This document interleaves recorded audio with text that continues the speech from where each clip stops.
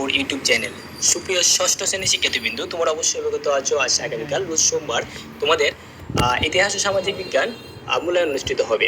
এই মুহূর্তে আমি তোমাদেরকে আগামীকালকে অনুষ্ঠিত হওয়া মূল্যায়নের প্রশ্নপত্র, একদম সেম প্রশ্নপত্র, যে প্রশ্নপত্রটা আগামীকালকে আসবে সেই প্রশ্নপত্রটা উপস্থাপন করতেছি।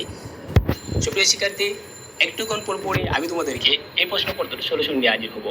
সলিউশন ভিডিও সবার আগে পেতে আমাদের এই চ্যানেলটি অবশ্যই সাবস্ক্রাইব করে রাখবা। তাহলে চলো শুরু করি আজকের এই ভিডিওটি। সামাজিক সামষ্টিক মূল্যায়ন 2024, ইতিহাস ও সামাজিক বিজ্ঞান ষষ্ঠ শ্রেণী। মূল্যায়ন প্রজেক্টের নাম দায়িত্বশীল ভূমিকায় আমি। আমাদের চারপাশে নানা রকম মানুষের বসবাস, তাদের নিশ্চয়ই পরিচয় রয়েছে। আমাদের ক্লাসের প্রত্যেকেরই আত্মীয় পরিচয় রয়েছে। এই পরিচয়ে রয়েছে সদস্য ও বৈচিত্র্য।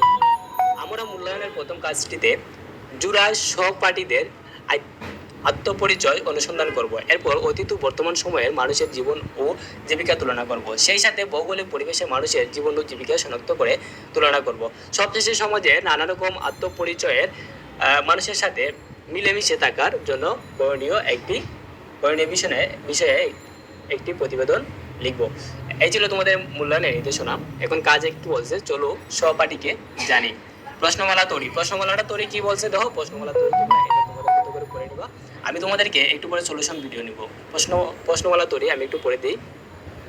আমরা একজন সহপাঠীর পরিবার ও এলাকার বিষয়ক তথ্য সংগ্রহ করব। বৈজ্ঞানিক অনুসন্ধানের ধাপ অনুসরণ করে আমরা এই কাজটি করব। তথ্য সংগ্রহের জন্য নিম্নোক্ত দুইটা প্রেক্ষাপটে প্রশ্ন তৈরি করব।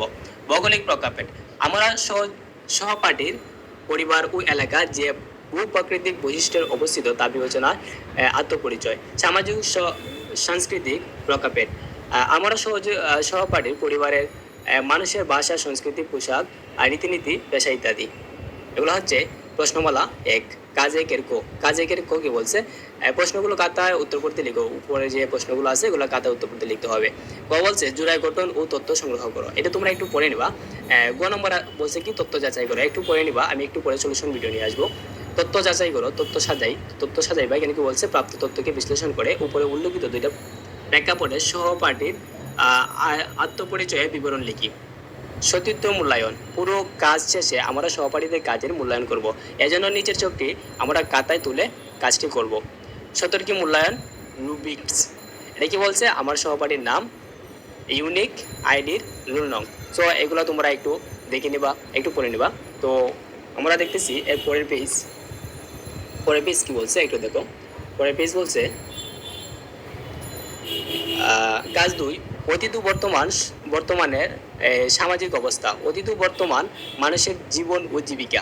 আমরা ষষ্ঠ শ্রেণীর পাঠ্য বইয়ের বাংলা আঞ্চলিক ইতিহাস ভূপ্রকৃতির প্রভাব নামক লিখন অভিজ্ঞতা মানুষ আর ভূপ্রকৃতির সম্পর্কে ইতিহাস অংশ ও বাংলা অঞ্চলের ভূপ্রকৃতি কেমন অংশ থেকে অতীতের ভৌগোলিক পরিবেশ ও মানুষের জীবন ও জীবিকা বিষয়ক তথ্য সংগ্রহ করব।